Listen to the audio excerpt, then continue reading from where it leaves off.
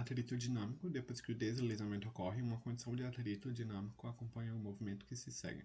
A força de atrito dinâmico é normalmente um pouco menor do que a força de atrito estático máxima.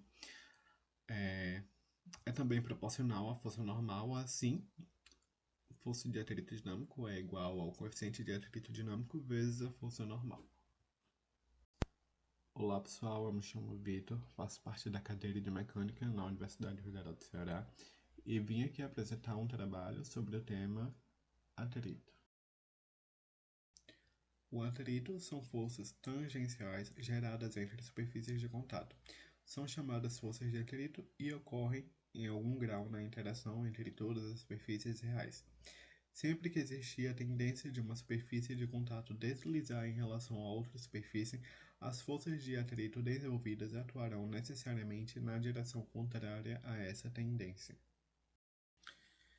Em alguns tipos de máquinas e processos, desejamos minimizar o efeito de frenagem das forças de atrito.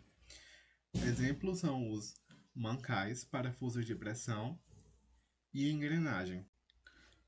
Forças de atrito estão presentes em toda parte da natureza e existem em todas as máquinas, não importa quão precisamente sejam construídas ou cuidadosamente lubrificadas.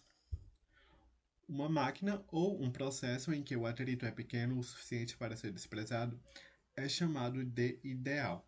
Quando o atrito deve ser levado em consideração, a máquina ou processo é denominado real. A respeito dos tipos de atrito. Atrito a seco ocorre quando as superfícies não lubrificadas de dois sólidos estão em contato sob uma condição de deslizamento relativo ou com tendência a haver deslizamento. Já o atrito entre fluidos ocorre quando camadas adjacentes em um fluido, seja líquido ou gás, estão se movendo em velocidades diferentes. Esse movimento causa forças de atrito entre os elementos dos fluidos, e essas forças dependem da velocidade relativa entre as camadas. Quando não existe a velocidade relativa, não existe atrito entre os fluidos. O atrito entre fluidos eles não dependem apenas dos gradientes de velocidade dentro do fluido, mas também da viscosidade do fluido, que é uma medida de sua resistência à ação entre as camadas de fluido. Já o atrito interno ocorre em todos os materiais sólidos que estão submetidos a carregamento cíclico. Para materiais altamente elásticos, a recuperação da deformação ocorre com muito pouca perda de energia devido ao atrito interno.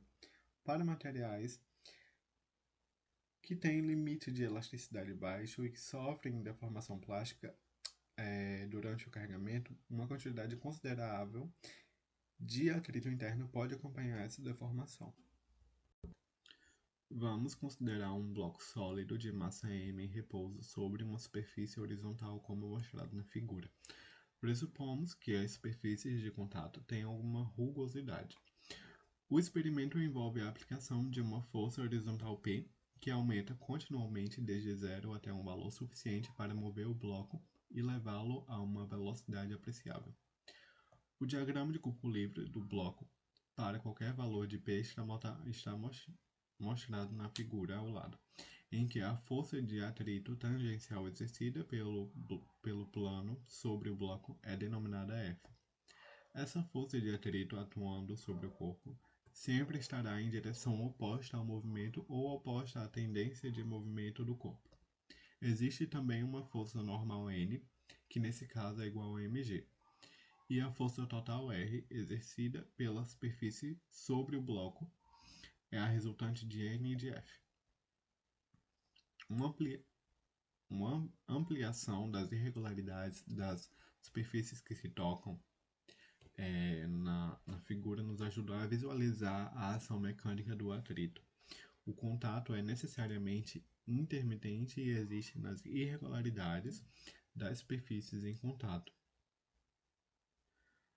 A direção de cada uma das reações sobre o bloco R1, R2 e R3 não depende apenas do perfil geométrico das irregularidades, mas também da grandeza da deformação local em cada ponto de contato.